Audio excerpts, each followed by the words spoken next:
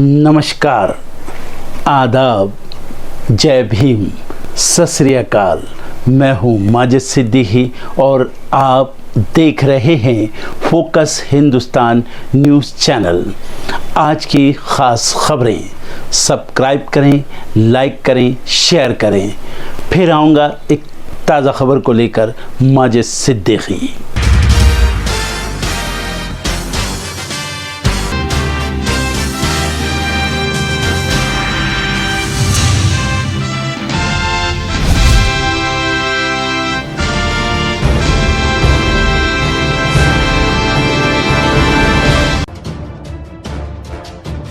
महाराष्ट्र ग्राम पंचायत चुनाव में बीजेपी सबसे बड़ी पार्टी बनकर उभरी है। पार्टी ने राज्य में सर्वाधिक देर रात 11:30 बजे तक आए नतीजों में सबसे ज्यादा 723 सीटें जीती हैं।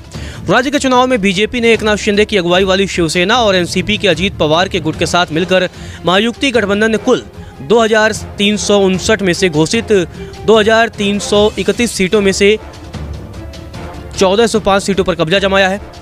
ग्राम पंचायत चुनाव में बड़ी जीत के बाद राज्य के डिप्टी सीएम देवेंद्र फडणवीस ने बड़ी प्रतिक्रिया दी। उन्होंने कहा कि पंचायत से पार्लियामेंट तक बीजेपी। फडणवीस ने इस जीत का श्रेय केंद्र राज्य सरकार के काम के साथ पार्टी के कार्यकर्ताओं को भी दिया। चलिए अब आपको बता देते हैं कि इस पार्टी को कितनी सीटों पर सफलता मिली है। भारतीय जनता पार्टी को कुल 724 सीटों पर जीत मिली है, जबकि एकनाथ शिंदे वाली शिवसेना को 263 सीटों पर सफलता मिली है, जबकि अजीत पवार की एनसीपी को 412 सीटों पर जीत मिली है। कांग्रेस को कुल 222 सीटों पर सफलता मिली है। शरद पवार की एनसीपी को 187 सीटों पर जीत हासिल हुई है, जबकि उद्धव ठाकरे की शिवसेना यानी यूबीटी को कुल 115 सीटों पर जीत हासिल हुई है। आपको बता दें कि राज्य के कुल 2359 ग्राम पंचायतों के लिए 74% मतदान हुआ। ग्राम पंचायत चुनाव के नतीजों में सत्ताधारी महायुति की बल्ले बल्ले हुई है। ग्राम पंचायत की सीटों में एनसीपी से अलग हुए अजीत पवार के एनसीपी गुट को 412 सीटें मिली है, तो वहीं एकनाथ शिंदे की अगुवाई वाली शिवसेना को 263 सीटों पर सफलता मिली है। विपक्ष के महाविकास आघाड़ी को कुल 524 सीटें मिली है। ग्राम पंचायत चुनाव में जीत दर्ज करने के बाद बीजेपी की अगुवाई वाले महायुति के मोर्चे के नेताओं ने खुशी जाहिर की है। मुंबई बीजेपी कार्यालय पर ढोल नगाड़ों के साथ कार्यकर्ताओं ने जमकर जश्न मनाया, तो वहीं दूसरी तरफ एनसीपी नेता शरद पवार को अपने गढ़ बारामती में भी भतीजे अजीत पवार से पीछे रहना पड़ा। इन चुनाव में तेलंगाना के मुख्यमंत्री केसीआर की पार्टी ने महाराष्ट्र में जीत हासिल की है। पार्टी को विदर्भ और सोलापुर के क्षेत्रों में 15 ग्राम पंचायत सीटों पर जीत हासिल हुई है।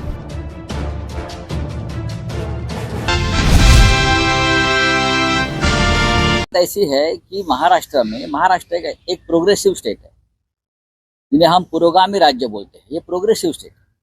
डॉक्टर बाबा साहब आम्बेडकर, महात्मा फुले शाहू, इस ऐसे नेताओं ने ये महाराष्ट्र को एक विचार की दिशा दी है।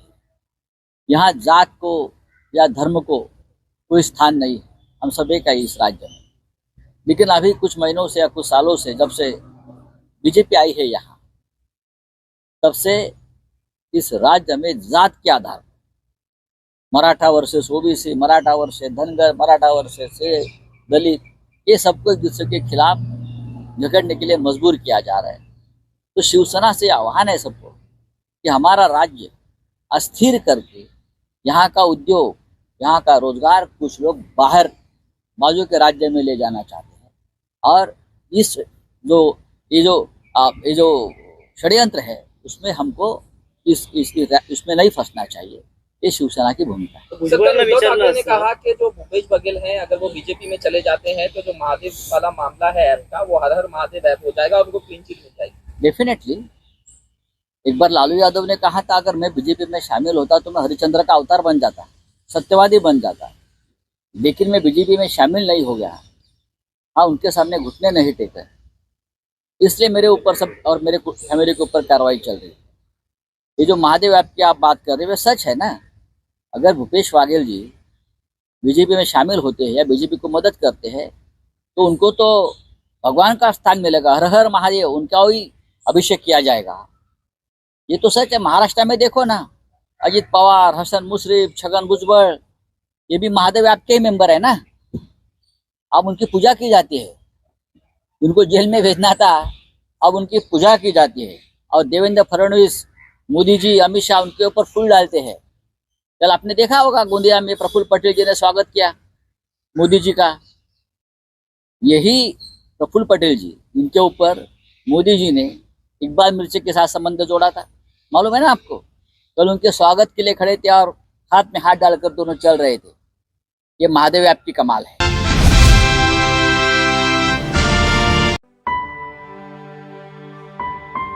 छत्तीसगढ़ में आज मतदान का अहम दिन है, लेकिन प्रदेश के कई इलाके नक्सल प्रभावित हैं, जहां वोटिंग करवाना किसी युद्ध से कम नहीं है।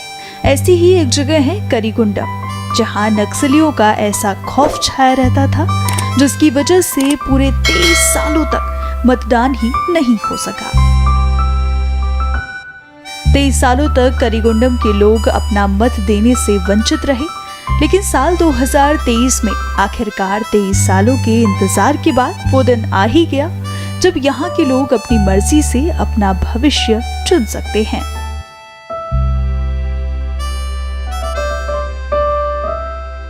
यहाँ मतदान केंद्र पर सीआरपीएफ 150 बटालियन व जिला बल द्वारा सुरक्षा के खास इंतजामात किए गए हैं। लोगों की सुरक्षा का खास ख्याल रखते हुए मतदान करवाया जा रहा है। वहीं करीगुंडम निवासी भी इस मौके पर बढ़ चढ़कर आगे आ रहे हैं और अपना वोट डाल रहे हैं। बाहर बैठे लोग मत देने के लिए अपनी बारी का इंतजार कर रहे हैं।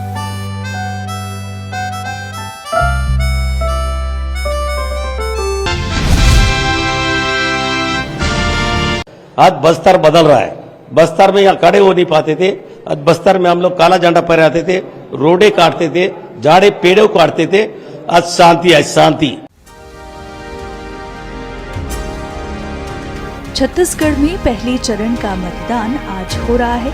7 नवंबर को प्रदेश की 20 विधानसभा सीटों पर आज वोट डाले जा रहे हैं।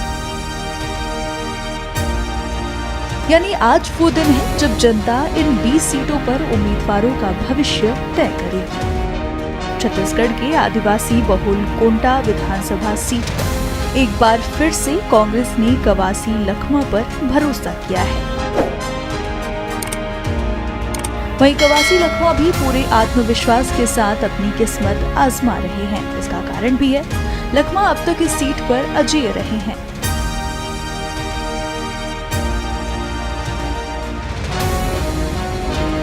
लखमा आदिवासी समाज के लिए काम करने वाले लोकप्रिय नेता हैं। वो 4 बार चुनाव में जीत हासिल कर चुके हैं और 5वीं बार जीत का भरोसा जता रहे हैं।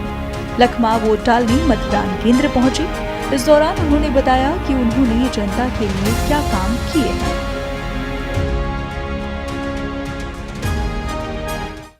हमारा मुद्दे छत्तीसगढ़ में विकास, विश्वास, सुरक्षा, शांति पहला मुद्दा है। आज बस्तर बदल रहा है। बस्तर में यहाँ खड़े हो नहीं पाते थे। आज बस्तर में हम लोग काला झंडा फहराते थे, रोडे काटते थे, झाड़े पेड़ों काटते थे।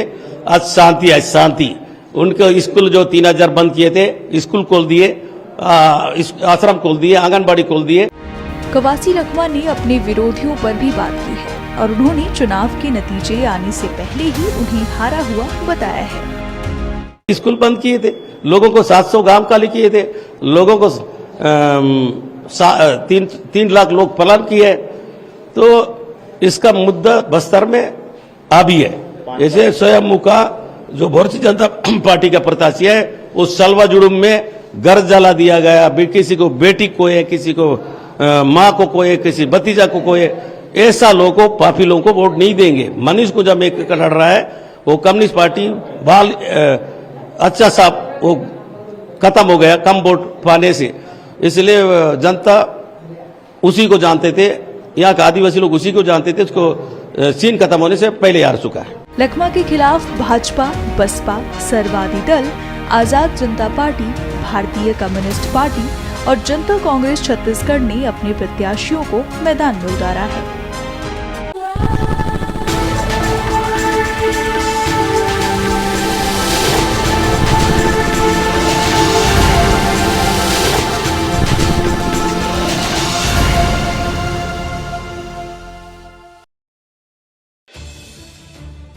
मध्य प्रदेश विधानसभा चुनाव के बीच केंद्रीय मंत्री नरेंद्र सिंह तोमर के बेटे देवेंद्र सिंह तोमर का कथित वीडियो सोशल मीडिया पर वायरल हुआ तो सियासी गलियारों में हड़कंप मच गया।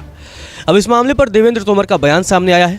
तोमर ने वायरल वीडियो को फर्जी बताया और मुरैना के सिविल लाइंस पुलिस स्टेशन में FIR दर्ज करा दी। FIR में देवेंद्र सिंह तोमर ने कहा कि कूट रचित वीडियो को वायरल कर मेरे खिलाफ साजिश रची जा रही है और नकारात्मक माहौल बनाया जा रहा है।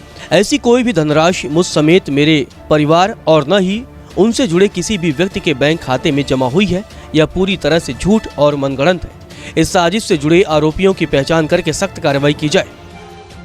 गौरतलब है, सोशल मीडिया पर केंद्रीय मंत्री नरेंद्र सिंह तोमर के बेटे देवेंद्र तोमर और एक बिचौलिए के बीच करोड़ों रुपए की बातचीत होती हुई वीडियो वायरल हो रही है। कथित वीडियो में बिचौलिया करोड़ों रुपए की धनराशि ट्रांसफर करने के लिए 4 से 5 खातों की व्यवस्था करने की बात करते हुए सुनाई दे रहा है। वीडियो वायरल होने के बाद कांग्रेस ने बीजेपी पर आरोपों की बौछार कर दी और जांच की मांग की। कांग्रेस नेताओं ने ईडी से जांच के अलावा चुनाव आयोग से भी कार्रवाई की मांग की है। वही मामले में देवेंद्र सिंह तोमर ने FIR दर्ज करवाया, जिसके बाद पुलिस ने बताया कि अज्ञात व्यक्तियों के खिलाफ भारतीय दंड संहिता की धारा 469 यानी प्रतिष्ठा को नुकसान पहुंचाने के उद्देश्य से जालसाजी के तहत मामला दर्ज किया गया है और मामले की जांच की जा रही है। वहीं देवेंद्र तोमर के वायरल वीडियो को लेकर कांग्रेस महासचिव प्रियंका गांधी ने जमकर निशाना साधा। धार में चुनावी रैली को संबोधित करते हुए प्रियंका गांधी ने कहा कि देश के कृषि मंत्री के बेटे का एक वीडियो जारी हुआ, आपने उन्हें हजारों करोड़ 100 करोड़ की बात करते हैं देखा होगा। वहीं भोपाल में मीडिया से बात करते हुए कांग्रेस प्रवक्ता सुप्रिया श्रीनेत ने वीडियो की जांच शुरू करने में ईडी, केंद्रीय जांच ब्यूरो और आयकर विभाग की ओर से देरी पर भी सवाल उठाए। श्रीनेत ने चुनाव आयोग से राज्य में विधानसभा चुनाव के मद्देनजर मामले में त्वरित कार्रवाई करने की भी मांग की। गौरतलब है कि मध्य प्रदेश में 17 नवंबर को विधानसभा चुनाव के लिए मतदान होगा, जबकि वोटों की गिनती 3 दिसंबर को होगी।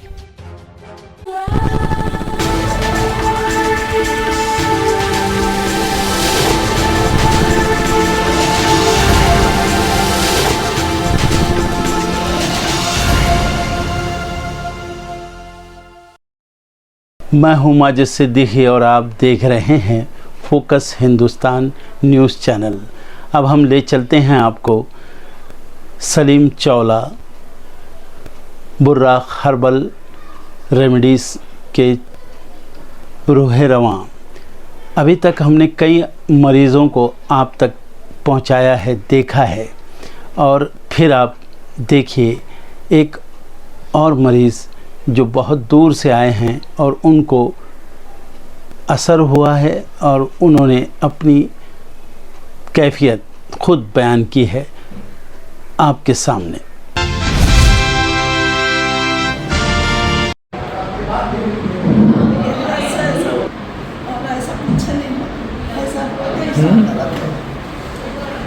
कहाँ नहीं हो रहा? बस ठीक है, ठीक।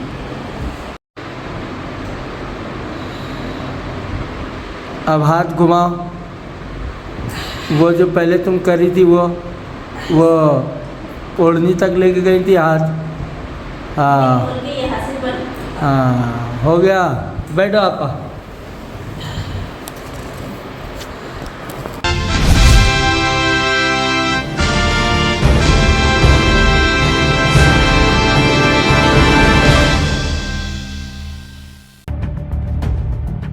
इजराइल हमास युद्ध से इजराइल अंदर ही अंदर टूट रहा है। आपको बता दें, हमास के कब्जे से बंधकों को नहीं छुड़ा पाने को लेकर इजराइल के अंदर खूब प्रदर्शन हो रहा है। ये बताया जा रहा है कि प्रदर्शनकारी नेतन्याहू की जमकर आलोचना कर रहे हैं। कुछ प्रदर्शनकारियों ने नेतन्याहू के इस्तीफे की मांग की है। इजरायली झंडे लहराते हुए प्रदर्शनकारियों ने नेतन्याहू के लिए अब जेल जाओ के नारे भी लगाए हैं। वहीं इजरायली पीएम ने अपने ही एक मंत्री को भी बर्खास्त कर दिया है। यानी इजराइल के अंदर के हालात ठीक नजर नहीं आ रहे हैं। नेतन्याहू के इस मंत्री ने गाजा में परमाणु हमले की बात कही थी। तेल अवीव में हजारों लोग नेतन्याहू के खिलाफ नारेबाजी कर रहे हैं। बता दें, गाजा पट्टी में 30वें दिन इजरायली सेना की कार्रवाई जारी है। इजरायली सेना गाजा में जमकर बम बरसा रही है। इजरायली सेना हमास के ठिकानों को चुन चुन कर तबाह कर रही है। इजरायली सेना ने अब तक हमास के 2500 से अधिक ठिकानों को ध्वस्त कर दिया है। इजराइल के हवाई हमले में गाजा के करीब 2 लाख घरों को नुकसान पहुंचा है। कई धार्मिक स्थलों को निशाना बनाया गया। स्कूल कॉलेजों पर भी हमला किया गया। गाजा में 200 से अधिक शिक्षक संस्थान तबाह कर दिए गए।